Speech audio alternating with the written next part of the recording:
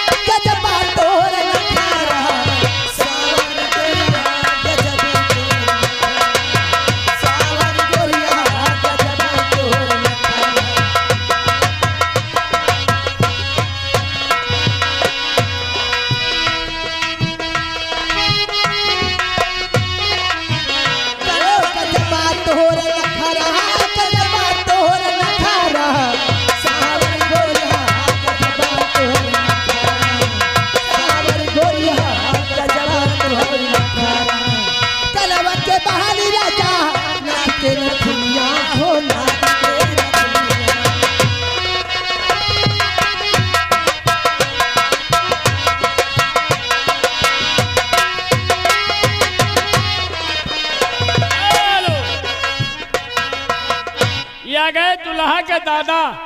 हाँ दादो पूरी ताकत लगा दी दुल्हन लावे में। कहाँ एक बार हाथ उठा देख लो ये 100 रुपए का इनाम दिए हैं। ये नोट देख रहे हो लंबी 500 में। हाँ 100 रुपए का इनाम स्पेशल है। अरे गिरे गइल ना खींचे ना दुनिया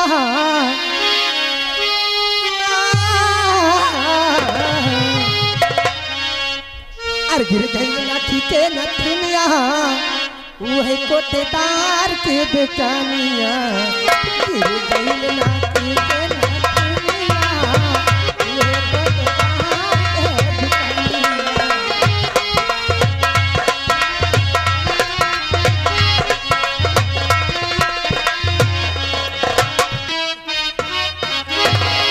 तुना तुना तुन तुना सुना बाले दुनिया तुना सुना बाले दुनिया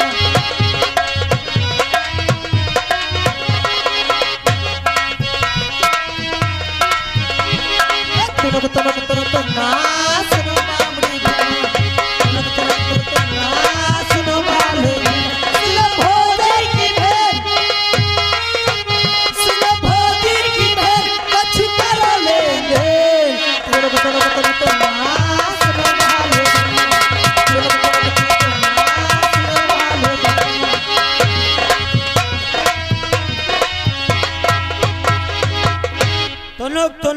तुन्ना सुनो बाउरी बिन्ना दुल्हा के हो गए शादी।